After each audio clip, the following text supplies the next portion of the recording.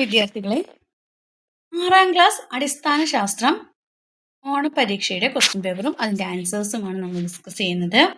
അപ്പോൾ നിങ്ങൾ ആദ്യമായാണ് ഈ ചാനൽ കാണുന്നതെങ്കിൽ ചാനൽ ഒന്ന് സബ്സ്ക്രൈബ് ചെയ്യണേ. നമുക്ക് ചോദ്യങ്ങളിലേക്ക് പോവാം. നോക്കൂ, ഫസ്റ്റ് ചോദ്യം നോക്കാം. അരി, ഗോതമ്പ്, ഉരുളക്കിഴങ്ങ്, മരച്ചീനി, ഓട്സ്, മധുരക്കിഴങ്ങ് എന്നിവയിൽ അടങ്ങിയിരിക്കുന്ന പോഷക ഘടകം കാർബോഹൈഡ്രേറ്റ് ആണല്ലോ. ഏതെല്ലാം രൂപത്തിലാണ് ഈ പോഷക ഘടകം ഇവയിൽ കാണപ്പെടുന്നത്? ഏതെല്ലാം രൂപത്തിലാണ്? അന്നജം, പിന്നെന്താണ്? ഷുഗർ, പഞ്ചസാര, ഗ്ലൂക്കോസ്, സെല്ലുലോസ്, നാരുകൾ അല്ലെങ്കിൽ ഫൈബേഴ്സ് അല്ലേ? അപ്പോൾ ഷുഗർ, ഗ്ലൂക്കോസ്, സെല്ലുലോസ്, ഫൈബേഴ്സ് അല്ലേ? അപ്പോൾ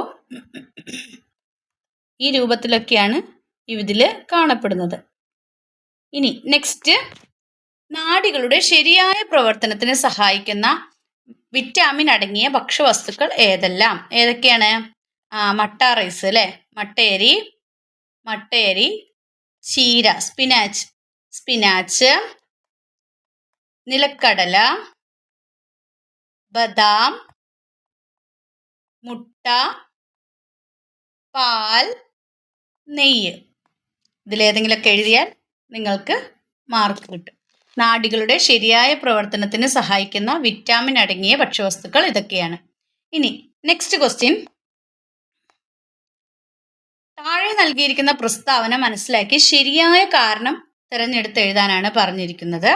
പ്രസ്താവന: എല്ലാ സ്കൂൾ കുട്ടികൾക്കും ആഴ്ചയിലൊരിക്കൽ അയൺ ഗുളിക നിർബന്ധമായും വിതരണം ചെയ്യുന്നു.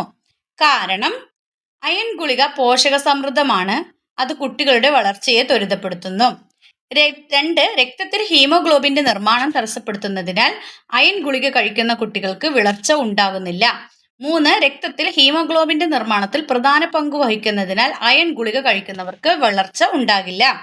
4, അയൺ ഗുളിക ഓക്സിജന്റെ അളവ് വർദ്ധിപ്പിക്കുകയും രക്തയോട്ടത്തിന്റെ വേഗത കൂട്ടുകയും ചെയ്യുന്നു. ഇതിലേതാണ് ശരി? 3 മാത്രമാണ് ശരിയായിട്ടുള്ളത്. മൂന്നാമത്തെ ഓപ്ഷൻ എന്താണ്? രക്തത്തിൽ ഹീമോഗ്ലോബിന്റെ നിർമ്മാണത്തിൽ പ്രധാന പങ്ക് വഹിക്കുന്നതിനാൽ അയൺ ഗുളിക കഴിക്കുന്നവർക്ക് വിളർച്ച ഉണ്ടാവില്ല, അനീമിക് ആവില്ല എന്നുള്ളതാണ്.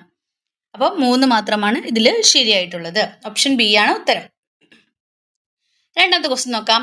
പഠന പ്രവർത്തനങ്ങളുടെ ഭാഗമായി വൈദ്യുതകാന്തം നിർമ്മിക്കാൻ ശ്രമിക്കുകയാണ് കുട്ടികൾ. ഇലക്ട്രോമാഗ്നറ്റ് നിർമ്മിക്കാൻ ശ്രമിക്കുകയാണ് കുട്ടികൾ.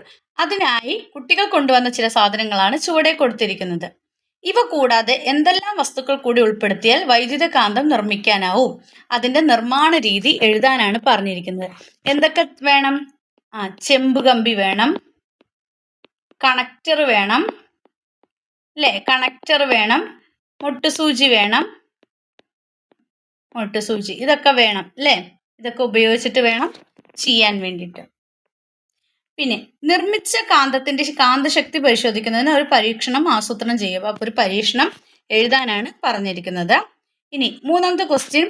കാന്തവുമായി ബന്ധപ്പെട്ട 4 പ്രസ്താവനകളാണ് താഴെ നൽകിയിരിക്കുന്നത്. ശരിയായ പ്രസ്താവന ഏതാണെന്നാണ് ചോദിച്ചിരിക്കുന്നത്.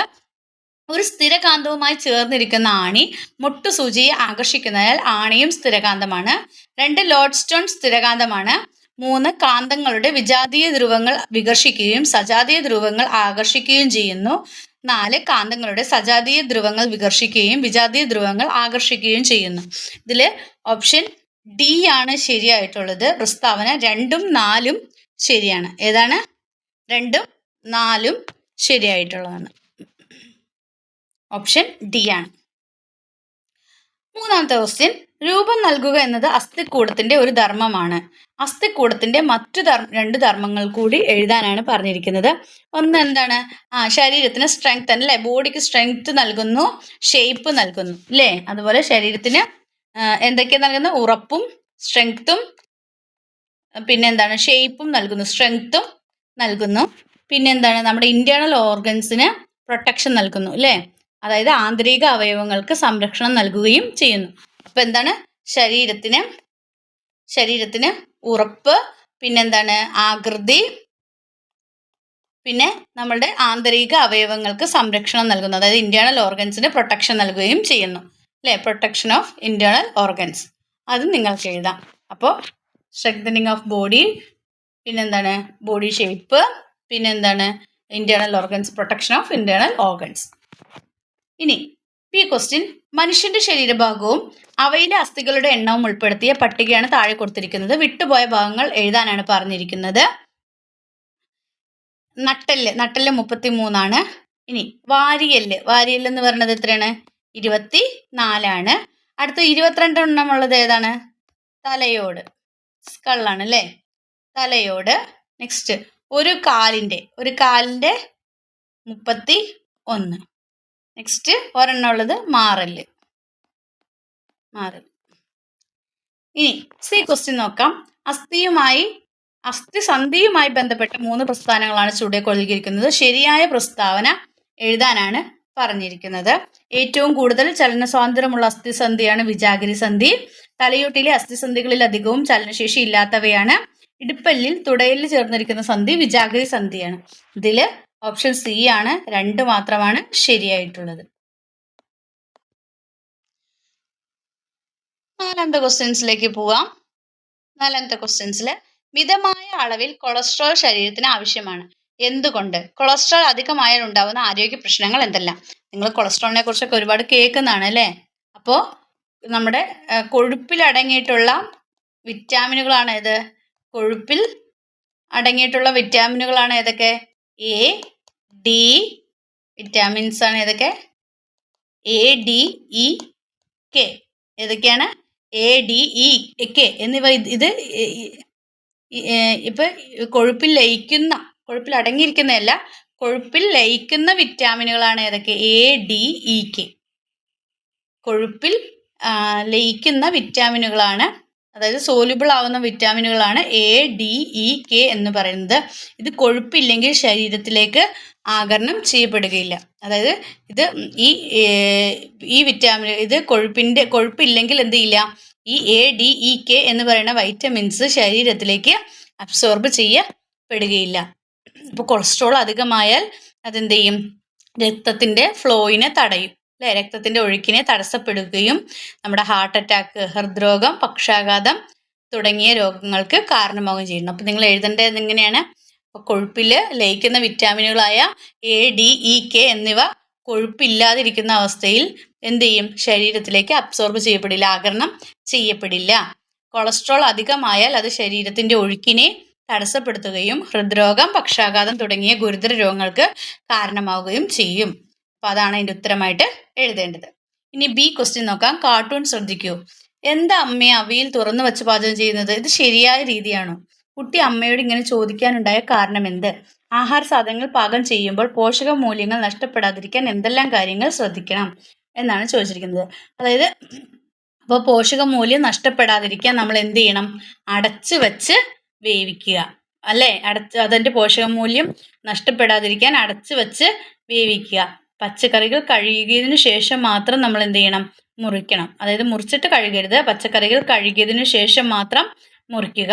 അതുപോലെ പോഷകമൂല്യം നഷ്ടപ്പെടാതിരിക്കാൻ അടച്ചു വച്ച് വേവിക്കുക. അതുപോലെ അമിതമായി വേവിക്കാതിരിക്കുക. പിന്നെ വേവിച്ച വെള്ളം നമ്മൾ എന്ത് ചെയ്യരുത്? ഊറ്റി കളയരുത്.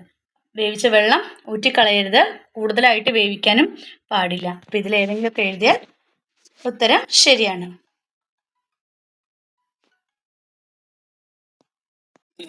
Next question. വിറ്റാമിനുകളും അവയുടെ കുറവ് മൂലമുള്ള അപര്യാപ്തത രോഗങ്ങളുമാണ് ചുവടെ പട്ടികയിൽ നൽകിയിരിക്കുന്നത്. അവയുടെ ശരിയായ ക്രമീകരണം താഴെ പറയുന്നവയിൽ ഏതാണെന്നാണ് ചോദിച്ചിരിക്കുന്നത്. വൈറ്റമിൻ എ ഏതാണ്? നിശാന്തത, നൈറ്റ് ബ്ലൈൻഡ്നസ്. വൈറ്റമിൻ ബി ഏതാണ്? വായ്പുണ്ണ് അല്ലേ. അടുത്തത് വൈറ്റമിൻ സി എന്ന് പറയുന്നത് ഡി, സ്കാവി. നെക്സ്റ്റ് വൈറ്റമിൻ ഡി, കണ.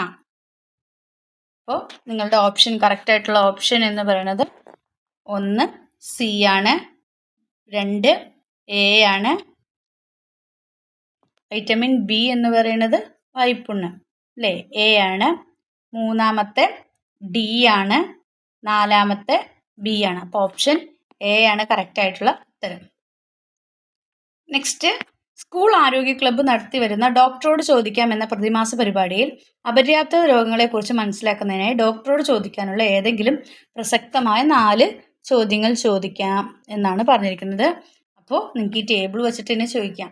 വായ്പുണ്ണുണ്ടാക്കുന്നത് ഏത് രോഗത്തിൻ്റെ അപര്യാപ്തത കൊണ്ടാണ്? വൈറ്റമിൻസ് കിട്ടാൻ വേണ്ടി ഏതൊക്കെ ഫുഡ് കഴിക്കണം? പിന്നെ വൈറ്റമിൻ ഡി കിട്ടുന്നത് എവിടെ നിന്നൊക്കെയാണ്? അങ്ങനെ നിങ്ങൾക്ക് ഇഷ്ടമുള്ള ഒരു 4 ചോദ്യങ്ങൾ ഈ ഇതിനെക്കുറിച്ച് ചോദിക്കാം. ഈ മുകളിലത്തെ ടേബിൾ വെച്ചിട്ട് തന്നെ നമുക്ക് ചോദിക്കാവുന്നതാണ്. ഇനി ബി ക്വസ്റ്റ്യൻ, വെണ്ടക്ക മുറിച്ചപ്പോൾ അത് വഴുവഴുപ്പ് കണ്ടു കുട്ടി വെണ്ടക്കയിൽ ധാരാളം കൊഴുപ്പ് അടങ്ങിയിട്ടുണ്ടെന്ന് അഭിപ്രായപ്പെട്ടു. കുട്ടിയുടെ അഭിപ്രായത്തോട് നിങ്ങൾ യോജിക്കുന്നുണ്ടോ? നിങ്ങളുടെ അഭിപ്രായം തെളിയിക്കുന്നതിന് ഒരു പരീക്ഷണം ആസൂത്രണം ചെയ്യാനാണ് പറഞ്ഞിരിക്കുന്നത്. വെണ്ടക്കയിൽ ആ വഴുവഴുപ്പ് നമ്മുടെ കൊഴുപ്പാണോ? അല്ല, വെണ്ടക്കയിലുള്ളത് കൊഴുപ്പല്ല. അതെന്താണ്? യോജിക്കുന്നില്ല. വെണ്ടക്കയിൽ കൊഴുപ്പ് അടങ്ങിയിട്ടില്ല. അപ്പോൾ അത് തെളിയിക്കുന്നതിനുള്ള പരീക്ഷണം എഴുതാനാണ് പറഞ്ഞിരിക്കുന്നത്. ഇനി സി ക്വസ്റ്റ്യൻ, വിറ്റാമിനുകളും അവ അടങ്ങിയ ഭക്ഷ്യവസ്തുക്കളും ഉൾപ്പെട്ട പട്ടികയാണ് ചുവടെ നൽകിയിരിക്കുന്നത്. പട്ടിക പരിശോധിച്ച് താഴെ കൊടുത്തിരിക്കുന്നതിൻ്റെ ശരിയായ ക്രമീകരണം എഴുതാനാണ് പറഞ്ഞിരിക്കുന്നത്. നമുക്ക് നോക്കാം ഏതൊക്കെയാണ്. ഒന്ന് വിറ്റാമിൻ എ. വിറ്റാമിൻ എയിൽ ഏതൊക്കെയാണ്? ഡി, മത്സ്യം, ക്യാരറ്റ്. രണ്ടാമത്തത് വൈറ്റമിൻ ബി, സി അല്ലേ, മട്ടേരി, ചീര. വൈറ്റമിൻ സി ഏതാണ്? നെല്ലിക്ക, നാരങ്ങ. അടുത്ത ഫോർത്ത് വൈറ്റമിൻ ഇ, നിലക്കടല, ബദാം. അപ്പോൾ ഓപ്ഷൻ ഏതാണ്? നമുക്ക് ഓപ്ഷൻ എ ആണ് അല്ലേ. ഒന്നാമത്തെ ഡി, രണ്ടാമത്തെ സി, മൂന്നാമത്തെ എ, നാലാമത്തെ ഡി. അപ്പോൾ എ ആണ് ശരിയായ ഉത്തരം. ഇനി ഒരു സ്കൂൾ ശാസ്ത്ര ലാബിലേക്കുള്ള അസ്ഥികൂടത്തിന്റെ ചിത്രമാണ് താഴെ നൽകിയിരിക്കുന്നത്. ചിത്രത്തിൽ അടയാളപ്പെടുത്തിയിരിക്കുന്ന ഭാഗങ്ങളുടെ പേരും അവയുടെ ധർമ്മങ്ങളും എഴുതാനാണ് പറഞ്ഞിരിക്കുന്നത്. ഒന്ന് എന്താണ്? തലയോട്, സ്കള്ളാണ് അല്ലേ. തലയോട്. അതിന്റെ ധർമ്മം എന്താണ്?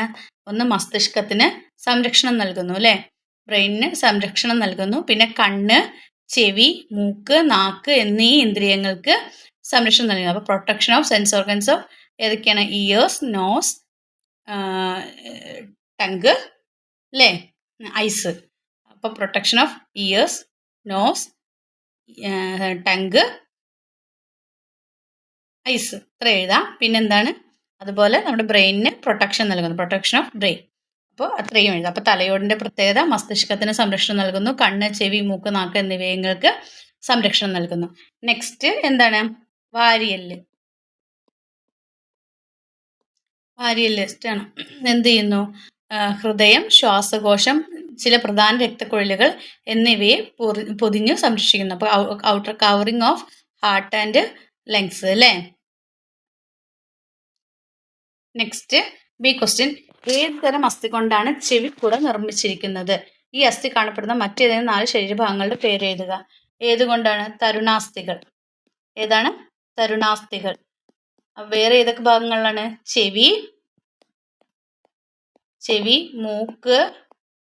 തരുണാസ്ഥികൾ കാണപ്പെടുന്നത് ചെവി, മൂക്ക്, കൈമുട്ട്, കാൽമുട്ട് അല്ലേ, കാൽമുട്ട്. പിന്നെ ശ്വാസനാളം, ഇതിലൊക്കെ ഡിസ്കുകൾ എന്നീ ഭാഗങ്ങളിലൊക്കെ എന്ത് കാണുന്നുണ്ട്? തരുണാസ്ഥി കാണപ്പെടുന്നു. ഇനി അടുത്ത ക്വസ്റ്റ്യൻ സി ആണ്. നൽകിയിരിക്കുന്ന പ്രസ്താവനയും അതിന്റെ കാരണവും വിശദമായി മനസ്സിലാക്കി താഴെ നൽകിയിരിക്കുന്നതിൽ ശരിയായത് ഏതെന്ന് കണ്ടെത്താനാണ്. പ്രസ്താവന: നട്ടെല്ലിന് ക്ഷതമേറ്റാൽ എഴുന്നേറ്റ് നടക്കാൻ പ്രയാസമാണ്. കാരണം നാഡീവ്യൂഹത്തിന്റെ പ്രധാന ഭാഗമായ സുഷുമ്നാ നാഡി കടന്നു പോകുന്നത് നട്ടെല്ലിനുള്ളിലൂടെയാണ്. ഇതിൽ പറഞ്ഞതിൽ പ്രസ്താവന പറഞ്ഞിരിക്കുന്നത് ഡി ആണ്. ഇതിന്റെ ഉത്തരത്തിൽ ഡി ആണ് ശരിയായിട്ടുള്ള ഉത്തരം. ഓപ്ഷൻ തന്നിരിക്കുന്നതിൽ ഡി ആണ്.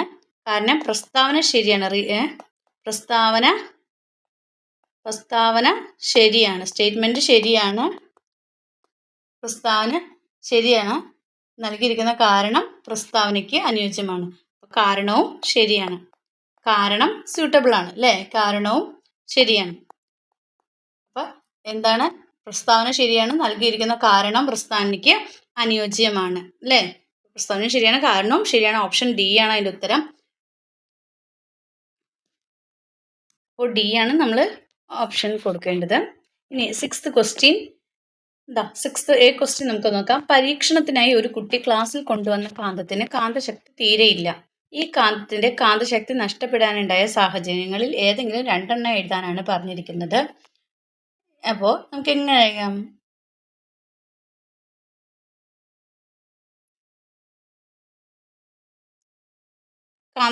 കാന്തശക്തി നഷ്ടപ്പെടാനുണ്ടായ 2 സാഹചര്യങ്ങളൊന്ന് പറയാം. ഒന്ന് നമ്മൾ എടുത്ത് എറിയുമ്പോൾ, അല്ലെങ്കിൽ കൂട്ടിയിടുമ്പോൾ, അല്ലെങ്കിൽ ചുറ്റിക ഉപയോഗിച്ച് ശക്തിയായിട്ട് അടിക്കുമ്പോഴൊക്കെ എന്ത് ചെയ്യും? അല്ലെങ്കിൽ ചൂടാക്കുമ്പോഴൊക്കെ എന്ത് ചെയ്യും? ഇതിൻ്റെ കാന്തശക്തി നഷ്ടപ്പെടും. അപ്പോൾ കാന്തശക്തി നഷ്ടപ്പെടാനുണ്ടായ സാഹചര്യം ഒന്ന് എന്തെങ്കിലും എടുത്ത് എറിയുമ്പോൾ, അല്ലെങ്കിൽ കൂട്ടിയിടുമ്പോൾ, അല്ലെങ്കിൽ ചുറ്റിക ഉപയോഗിച്ചിട്ട് ശക്തിയായി അടിക്കുമ്പോൾ, അല്ലെങ്കിൽ ചൂടാക്കുമ്പോൾ, ഹീറ്റ് ചെയ്യുമ്പോൾ. ബി ക്വസ്റ്റ്യൻ, കാന്തശക്തി നഷ്ടപ്പെടാതിരിക്കാൻ യു കാന്തത്തെയും ബാർ കാന്തത്തെയും സൂക്ഷിക്കുന്നത് എങ്ങനെയാണെന്നാണ് ചോദിച്ചിരിക്കുന്നത്. അതായത് ഇപ്പം നമ്മൾ പറഞ്ഞ കാര്യം തന്നെ അല്ലേ, അത് കൂട്ടിയിട്ട് സൂക്ഷിക്കാതെ ബാർ കാന്തത്തിൻ്റെ ഇടയിൽ അകാന്തിക വസ്തുക്കൾ വയ്ക്കുകയും അവയുടെ സജാതീയ ധ്രുവങ്ങൾ ഒരേ വശത്ത് വരാതെ നോക്കുകയും വേണം. കാന്തത്തിൻ്റെ അഗ്രഭാഗത്ത് അവ വീഴാതെ സ്റ്റോപ്പർ ഉപയോഗിക്കുകയും വേണം. യു കാന്തത്തിൻ്റെ അഗ്രഭാഗത്ത് സ്റ്റോപ്പർ ഉപയോഗിച്ച് സംരക്ഷിക്കുകയും വേണം. അപ്പം എങ്ങനെയാണ്? കാന്തങ്ങൾ ഇങ്ങനെ കൂട്ടിയിട്ട് അലക്ഷ്യമായി കൂട്ടിയിട്ട് സൂക്ഷിക്കാതെ ബാർ കാന്തത്തിൻ്റെ ഇടയിൽ അകാന്തിക വസ്തുക്കൾ വയ്ക്കുകയും അത് കാന്തമല്ലാത്ത വസ്തുക്കൾ വയ്ക്കുകയും അവയുടെ സജാതീയ ധ്രുവങ്ങൾ ഒരേ വശത്ത് വരാതെ നോക്കുകയും വേണം. അതുപോലെ കാന്തത്തിൻ്റെ അഗ്രഭാഗത്ത് അവ വീഴാതെ സ്റ്റോപ്പർ ഉപയോഗിക്കുകയും വേണം. യു കാന്തത്തിൻ്റെ അഗ്രഭാഗവും സ്റ്റോപ്പർ ഉപയോഗിച്ച് സംരക്ഷിക്കുകയും ചെയ്യണം. അതിപ്പോൾ നമുക്ക് മേലി പറഞ്ഞതുപോലെ തന്നെ നമുക്ക് എഴുതാവുന്നതാണ്. ഇനി സി ക്വസ്റ്റ്യൻ, കാന്തങ്ങളുടെ ചിത്രങ്ങളും അവയുടെ പേരുകളും അടങ്ങിയ പട്ടികയാണ് ചുവടെ നൽകിയിരിക്കുന്നത്. ശരിയായ കൂട്ടം കണ്ടെത്തി എഴുതാനാണ് പറഞ്ഞിരിക്കുന്നത്. നമുക്ക് നോക്കാം. ഒന്നാമത്തെ ഏതാണ്? ഒന്നാമത്തെ സി അല്ലേ, ഓവൽ കാന്തം. രണ്ടാമത്തെ ഏതാണ്? യു കാന്തം. യു കാന്തല്ല, ഒന്നാമത്തെ സി ആണ്. രണ്ടാമത്തെ ലാടകാന്തം എ ആണ്. മൂന്നാമത്തെ ബി സിലിണ്ടറിക്കൽ കാന്തം. നാലാമത്തെ യു കാന്തം ഡി ആണ്. ഓപ്ഷൻ ബി ആണ് ശരിയായ ഉത്തരം എന്ന് പറയുന്നത്. ഇനി അല്ലെങ്കിൽ ബി ക്വസ്റ്റ്യൻ നമുക്ക് നോക്കാം. ഉൾക്കടലിൽ അകപ്പെട്ട 2 പേർക്ക് തെക്ക് ഭാഗത്തുള്ള കരയിലെത്തണം. അവരുടെ കൈവശം ഒരു ചരടും ബാർക്കാന്തവും മാത്രമാണുള്ളത്. കാന്തത്തിന്റെ ഏത് സ്വഭാവമായിരിക്കും ഇവർ പ്രയോജനപ്പെടുത്തിയിരിക്കുന്നത്? അവർ ചെയ്ത പ്രവർത്തനം എന്തായിരിക്കും? അതായത് സ്വതന്ത്രമായി തൂക്കിയിട്ട ബാർക്കാന്തം എപ്പോഴും തെക്ക് വടക്ക് ദിശയിൽ നിൽക്കും അല്ലേ? നമ്മൾ ബാർക്കാന്തം ഇങ്ങനെ ഇതിൽ തൂക്കിയിട്ട് കഴിഞ്ഞാൽ അത് എപ്പോഴും തെക്ക് വടക്ക് ദിശയിലായിരിക്കും നിൽക്കുന്നത്. ഒരു ബാർക്കാന്തത്തിന്റെ മധ്യഭാഗത്ത് നൂല് കെട്ടി സ്വതന്ത്രമായി തൂക്കിയിട്ട് കാന്തത്തിന്റെ ചലനം നിലയ്ക്കുമ്പോൾ അതിന്റെ ധ്രുവങ്ങൾ ഏത് ദിശയിലേക്ക് നിൽക്കുന്നത് ഏതായിരിക്കും? അവയാണ് ഉത്തര ദക്ഷിണ ധ്രുവത്തെ പ്രതിനിധാനം ചെയ്യുന്നത്. അപ്പോൾ അതാണ് എഴുതേണ്ടത്. അപ്പോൾ എന്താ ചെയ്യേണ്ടത്? ഒരു നൂലിൻ്റെ അതായത് ബാർക്കാന്തം ബാർ മാഗ്നറ്റിൻ്റെ സെൻറ്ററിലായിട്ട് നൂല് കെട്ടിയിട്ട് അതിനെ സ്വതന്ത്രമായിട്ട് തൂക്കിയിടുക. എന്നിട്ട് അത് അതിൻ്റെ ചലനം നിലയ്ക്കുന്ന സമയത്ത് അത് ഏത് ദിശയിലേക്കായിരിക്കും അത് നോക്കിയിട്ടാണ് അവരത് പ്രയോജനപ്പെടുത്തിയിട്ടുണ്ടായിരിക്കുക. അപ്പോൾ അതാണ് എഴുതേണ്ടത്. ബി ക്വസ്റ്റ്യൻ, അവരുടെ കയ്യിൽ നിന്ന് ബാർക്കാന്തം താഴെ വീണ ഏകദേശം 2 തുല്യ വലുപ്പമുള്ള കഷ്ണങ്ങളായി മുറിഞ്ഞു. ഓരോ കഷ്ണത്തിനും എത്ര ധ്രുവങ്ങൾ ഉണ്ടായിരിക്കും? അവ ചിത്രീകരിക്കുക എന്നാണ് പറഞ്ഞിരിക്കുന്നത്. അപ്പോൾ മുറിഞ്ഞു മാറിയ ഓരോ കഷ്ണത്തിനും 2 ധ്രുവങ്ങൾ ഉണ്ടായിരിക്കും അല്ലേ? ഓരോന്നിനും മുറിഞ്ഞു മാറിയ ഇതിന് ഓരോ കഷ്ണത്തിനും അപ്പം നോർത്തും സൗത്തും അല്ലേ? അവരുടെ കയ്യിൽ നിന്ന് ബാർക്കാന്തം താഴെ വീണ ഏകദേശം 2 തുല്യ വലുപ്പമുള്ള കഷ്ണങ്ങളായിരുന്നു പറഞ്ഞാൽ ഓരോ കഷ്ണത്തിനും എത്ര ധ്രുവങ്ങൾ ഉണ്ടായിരിക്കും എന്നാണ് ചോദിച്ചിരിക്കുന്നത്. അപ്പോൾ നോർത്ത് സൗത്ത് അല്ലേ? അപ്പോൾ മുറിഞ്ഞു മാറിയ ഓരോ കഷ്ണത്തിനും 2 ധ്രുവങ്ങൾ വീതം ഉണ്ടായിരിക്കും. നോർത്തും സൗത്തും 2 ധ്രുവങ്ങൾ വീതം ഉണ്ടായിരിക്കും. ഇനി നെക്സ്റ്റ് ക്വസ്റ്റ്യൻ, മുറിഞ്ഞ ഓരോ കഷ്ണത്തിനും താഴെ പറയുന്ന ഏത് പ്രസ്താവനയാണ് ശരിയാവുക എന്നാണ് ചോദിച്ചിരിക്കുന്നത്. ബി 3 മാത്രമാണ് ശരിയായിട്ടുള്ള ഉത്തരം. മൂന്നാമത്തെ എന്താണ്? 2 ചെറിയ കാന്തങ്ങൾ ലഭിക്കും. ഓരോ ചെറിയ കാന്തത്തിനും ഉത്തര ധ്രുവവും ദക്ഷിണ ധ്രുവവും ഉണ്ടായിരിക്കും. ഇപ്പം നമ്മൾ പറഞ്ഞു നോർത്തും സൗത്തും ഉണ്ടായിരിക്കും. മുറിഞ്ഞു മാറിയ ഓരോ കഷ്ണത്തിനും നോർത്ത് സൗത്ത് എന്ന് പറഞ്ഞ 2 പോൾസ് ഉണ്ടായിരിക്കും. അപ്പോൾ നിങ്ങളുടെ എക്സാമുമായി ബന്ധപ്പെട്ട ക്വസ്റ്റ്യൻസും അതിൻ്റെ ആൻസേഴ്സുമാണ് നമ്മൾ ഡിസ്കസ് ചെയ്തത്. അപ്പോൾ വീഡിയോ നിങ്ങൾക്ക് ഇഷ്ടമെങ്കിൽ ലൈക്ക് ചെയ്യുക, ഷെയർ ചെയ്യുക. ആദ്യമായി ചാനൽ കാണുന്ന കൂട്ടുകാരുടെ ചാനൽ ഒന്ന് സബ്സ്ക്രൈബ് ചെയ്യണേ. Then see you again. Thank U.